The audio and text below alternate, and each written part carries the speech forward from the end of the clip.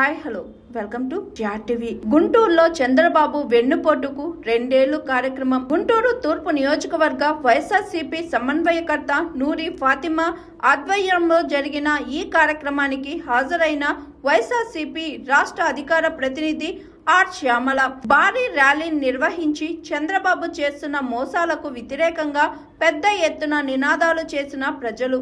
అనంతరం చంద్రబాబు దిష్టిబొమ్మను దహనం చేసిన ప్రజలు.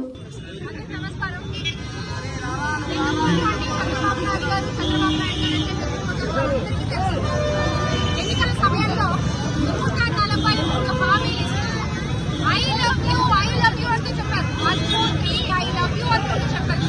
మరి ఈ 2 సంవత్సరాల్లో ఏ ఒక్క హామీని కూడా సరిగ్గా నెరవేర్చకుండా ఈ రోజున ఆంధ్ర రాష్ట్రంలోని ప్రజలందరినీ కూడా బతికిన శవాలుగా మార్చింది కూటమి ప్రభుత్వం. అందుకే ఈ రోజున ప్రజలు కూడా తిరిగి వాదం కంటే కూడా చాలా దారుణంగా ఉంటుంది.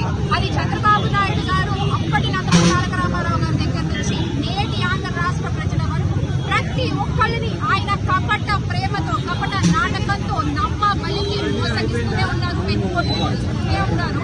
ఆడబిడ్డ నీతి అంటూ మరి మహిళలందరికీ కూడా వెన్నుపోటు పడిచారు. 2 ఏళ్లలో ఒక్కరికి కూడా న్యాయం జరగలేదు. తల్లికి వందనం అంటూ పిల్లలకి వెన్నుపోటు పడిచారు. నిరుద్యోగ వృద్ధులు యువకులకి వెన్నుపోటు పడిచారు. మెగా డిఎస్సీ అంటే గుర్తుపెట్టుకోవాలి, ఇది మీరు ఇంటి వరకు చూస్తున్న ఆంధ్ర రాష్ట్రం కాదు. ఇక్కడ ఉన్నది కొత్త రక్తం, ఇక్కడ ఉన్నది నవతరం, ఇక్కడ ఉన్నది ఒక ఉరకలేసేటువంటి యువ రక్తం. ఖచ్చితంగా వీళ్ళందరూ అయితే చూస్తూ ఉంటున్నారని మాత్రం అనుకోవద్దు.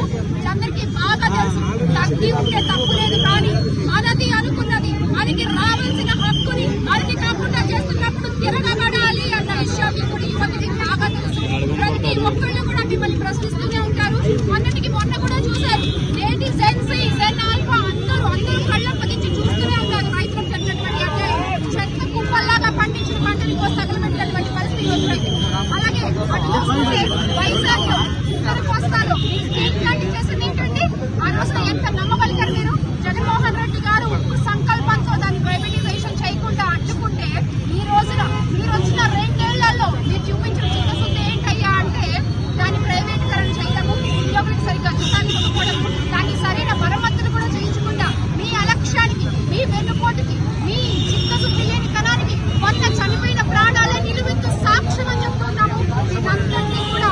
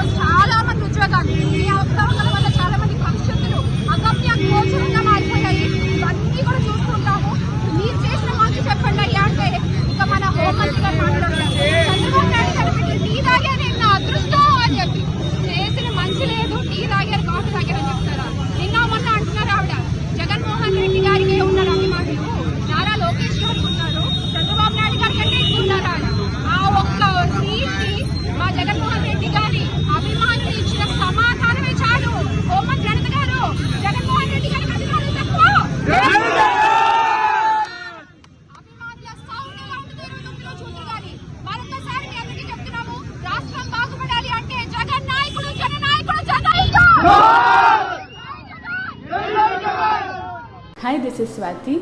లైక్ చేయండి, షేర్ చేయండి, కమెంట్ చేయండి అండ్ సబ్స్క్రైబ్ చేయండి GR TV.